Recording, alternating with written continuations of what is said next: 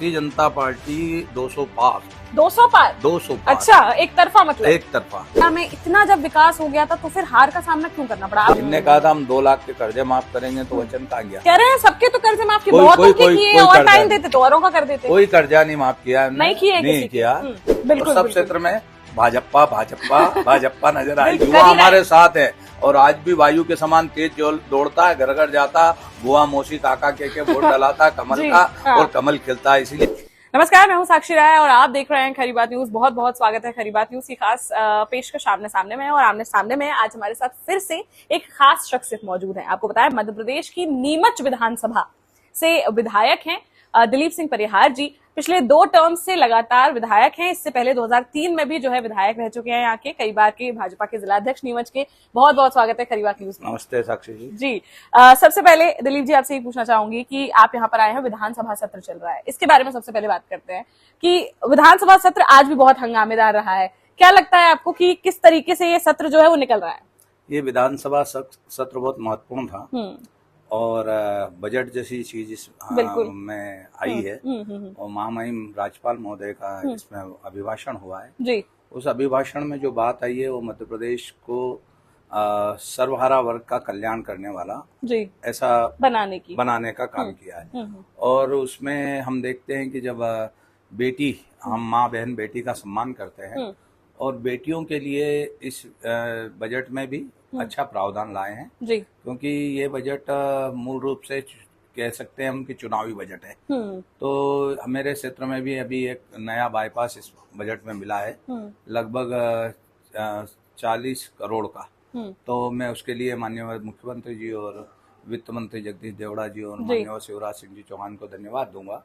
CM rice school भी हमारे यहाँ दिया है, तो इसके लिए भी धन्यवाद दूंगा। और ये बजट सर्वहारा वर्ग के कल्याण करने वाला बजट है। बिल्कुल। और इस बजट के माध्यम से हमने बेटियों को बहना, लाडली बहना योजना में 1000 रुपए देने का तय किया है। जो अच्छे नंबर से 12वीं में पास होगी बेटियां, उनको स्कूटी देने का काम किया बिल्कुल। है। और कांग्रेस लगातार पूर्व के समय में आपने देखा होगा कि झूठी बात करके और वो चुनाव जीती थी। हमारे यहीं पिपलिया मंडी है नीमच में ही, पहले नीमच विधानसभा में आता था। वहाँ राहुल बाबा इनके नेताजी आए थे और वो घोषणा कर गए थे कि हम 10 दिन में किसान का कर्जा 2 लाख का माफ कर देंगे, बहनों को स्व सहायता समूह का ऋण माफ दे देंगे, बेरोजगारों को भत्ता दे देंगे। उन्होंने कुछ दिया नहीं और नहीं देने की वजह से वो चले गए।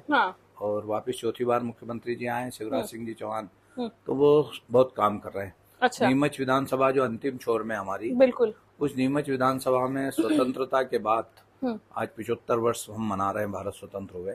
और लगभग अधिकांश समय कांग्रेस की सरकारें रही है, केंद्र में भी प्रदेश में भी।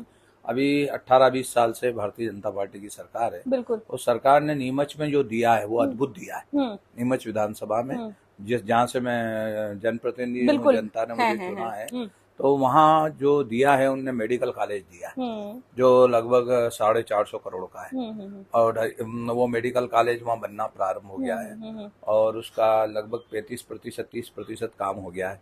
और उसके अलावा वहाँ एक नई, क्योंकि मालवा है, मालो माटी गहन गंभीर पग रोटी डग डग नीर जो कहावत है, वहाँ हमारे यहाँ 65 प्रकार की जींस होती है। तो अभी 250 करोड़ की नई मंडी नीमच में हमारे मुख्यमंत्री जी ने, कृषि मंत्री कमल पटेल जी ने दी है। तो मैं हृदय से उन 2 ही कामों के लिए उनको धन्यवाद भी देता हूँ। बिल्कुल। फिर एक इस बारे में तो हम बात करेंगे, नीमच में आपने क्या क्या कार्य कराया उस बारे में हम बात करेंगे, लेकिन चूंकि बात बजट की हो रही थी, अगर उसी की बात करें तो आपको क्या लगता है? मतलब कमलनाथ जो है और कांग्रेस जो है वो लगातार जो है हमलावर है, कह रहे हैं कि चुनावी जुमला है, चुनाव आ गया है इसलिए वापस से करने लगे हैं। 2018 में जनता ने नकार दिया था, वापस से वही हाल होने वाला है।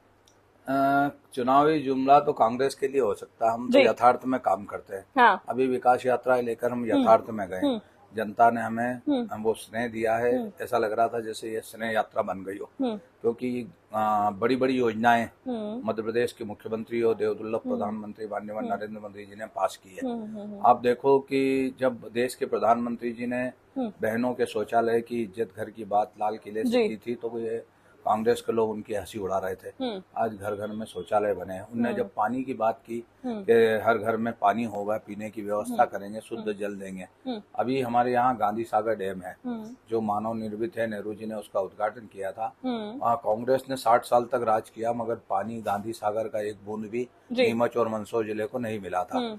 अब वो उसको चुनावी जुमला माने, मगर हमारे देश के प्रधानमंत्री माननीय नरेंद्र मोदी और माननीय शिवराज सिंह जी चौहान साहब जो पानीदार मुख्यमंत्री है, उनने गांधी सागर का पानी 1800 करोड़ की योजना नीमच और मंदसौर के लिए मंजूर की है। काम चालू हो गया है। अच्छा। घर घर में शुद्ध जल बहनों को मिलेगा। अब बहनों को हैंडपंप नहीं चलाना पड़ेगा, रस्सी डाल के कुएं से पानी नहीं खींचना पड़ेगा, अपने आंगन में नल चलाएंगे। बिल्कुल, जैसे कि ये बात चल रही है कि बहनों के लिए बहुत कुछ घोषणा की गई है नए बजट में।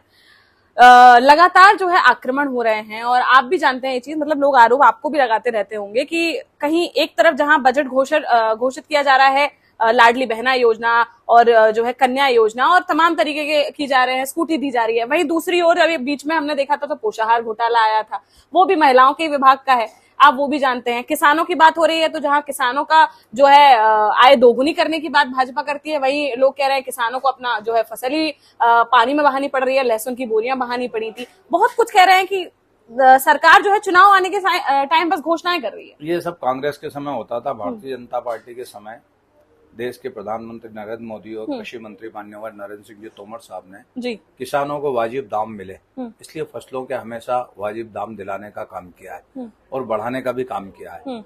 नीमच की कृषि मंडी में आप आके देखें, 65 प्रकार की जींस वहाँ पैदा होती है और किसान को वाजिब दाम मिलता है। सर्व सुविधा मंडी में उसको मिलती है और यहाँ तक कि बाबा रामदेव जी भी वहाँ से सारी औषधियाँ खरीद के ले जाते हैं और जनता की सेवा में काम लग रहे हैं। तो ये तो कांग्रेस के समय होता होगा, क्योंकि कांग्रेस राजा नवाब कांग्रेस सब ने मिलकर 7.5 लाख हेक्टर जमीन को सिंचाई किया था।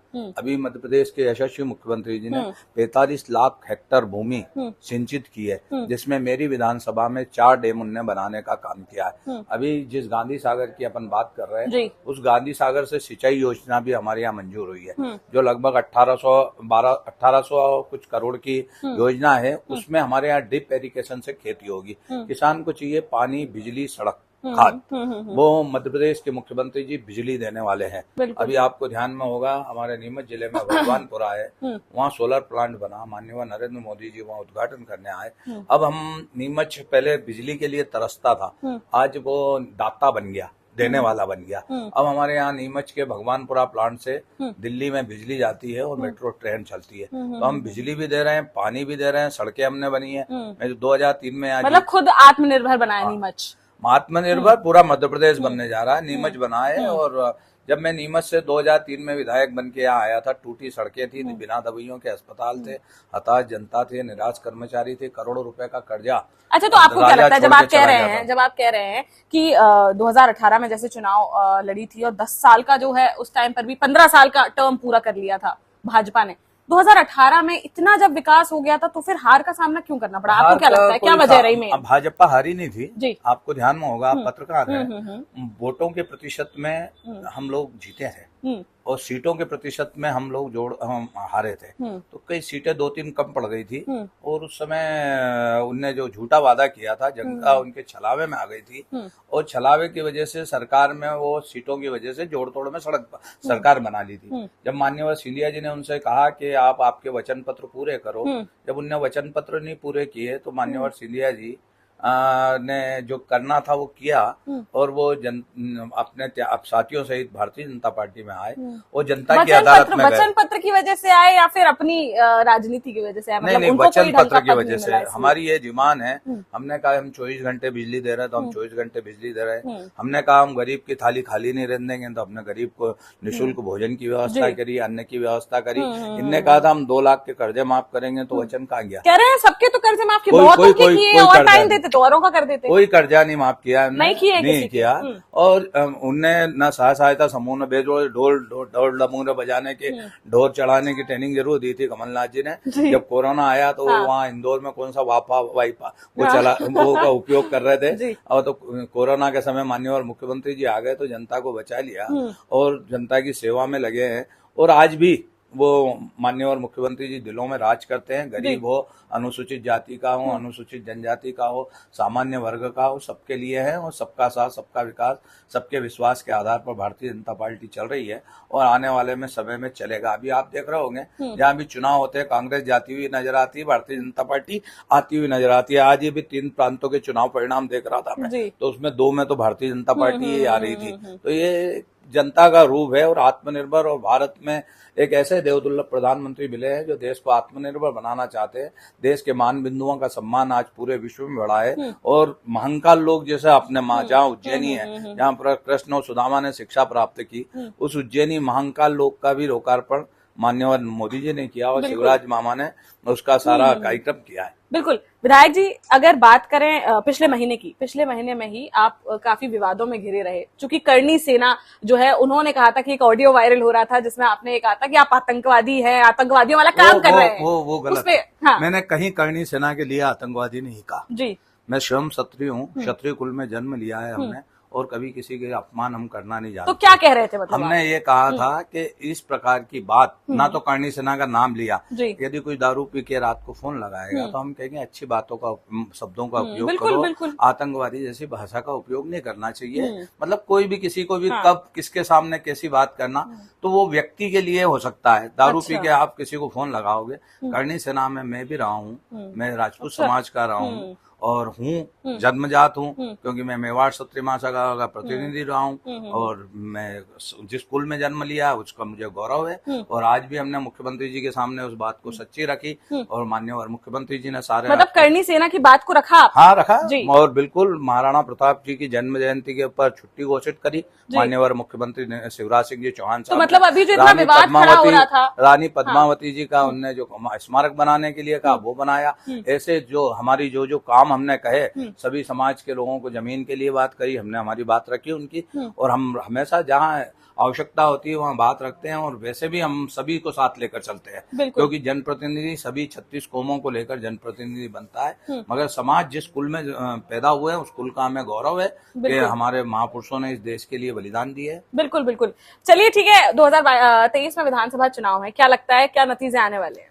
2023 की इबादत लिखी हुई नजर आ रही है। अच्छा, कितनी सीटों के साथ? भारतीय जनता पार्टी 200 पार। 200 पार? 200 पार। अच्छा, एक तरफा मतलब? एक तरफा, हाँ। है ना, क्योंकि भारतीय जनता पार्टी की कथनी और करनी में अंतर नहीं है। जो हमने कहा, रघुकुल रीत सदा चली आई, प्राण जाए पन वचन नहीं जाई, जो हमने कहा वो करके दिखाया।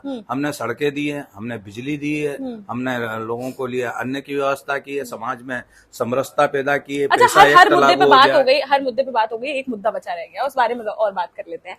युवा जो है कह रहे हैं बहुत परेशान है, बेरोजगार है। नर्सिंग के बच्चे कह रहे हैं कि एग्जाम की डेट ही नहीं आ पा रही है, 3 बार डेट आ गई, पोस्टपोन हो गई। आज ही जो है मैं धरना कवर करके आ रही हूँ। मैं अर्जुन सिंह जी मान्यवर और दिग्विजय सिंह जी, मोतीलाल जी वोरा के समय में भी जब वो थे मुख्यमंत्री, मैं युवा था, MA LLB BEd मैंने करी, ठीक है, और उनने कभी वैकेंसियां नहीं निकाली थी। मध्य प्रदेश के मुख्यमंत्री, तो अपन तो अलग है ना। हाँ, तो अब मध्य प्रदेश के मुख्यमंत्री जी 1 लाख वैकेंसी निकाल रहे हैं।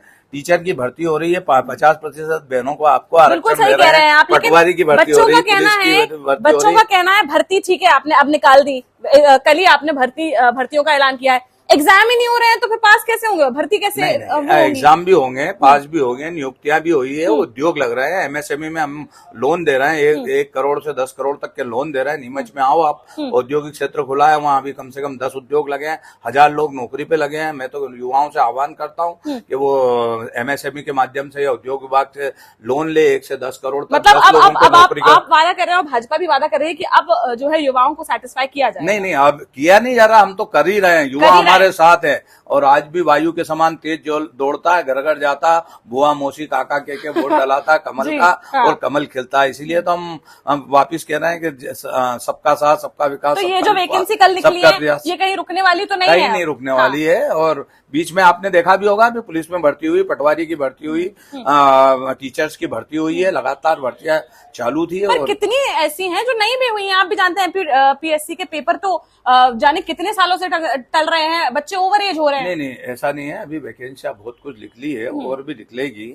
मतलब युवाओं को भरोसा करना चाहिए। युवाओं को भरोसा करना चाहिए, नहीं तो उद्योग भी लगाना चाहिए। नौकरी के पीछे सबको तो नौकरी नहीं मिलेगी, नौकरियां क्रिएट करनी चाहिए, क्रिएट करना चाहिए। और उद्योग के लिए सरकार सुविधाएं दे रही, SC ST के लिए 40-50% का छूट दे रही है, उसमें महिलाओं के लिए 35% में ब्याज में छूट दे रही है। उद्योग लगाए और अपने यहाँ 10 लोगों को नौकरी पे रखे, तो सब क्षेत्र में भाजपा भाजपा भाजपा नजर आएगी। बिल्कुल। नीमच की जनता को, मध्य प्रदेश की जनता को क्या संदेश देना चाहते हैं? नीमच की जनता जो मेरी प्राणों से प्रिय जनता है, जिसने मुझे जनप्रतिनिधि बना के एक बार नहीं 3 बार भेजा है भोपाल, मैं नीमच की जनता के हर काम में आधी रात को भी तत्पर रहूंगा।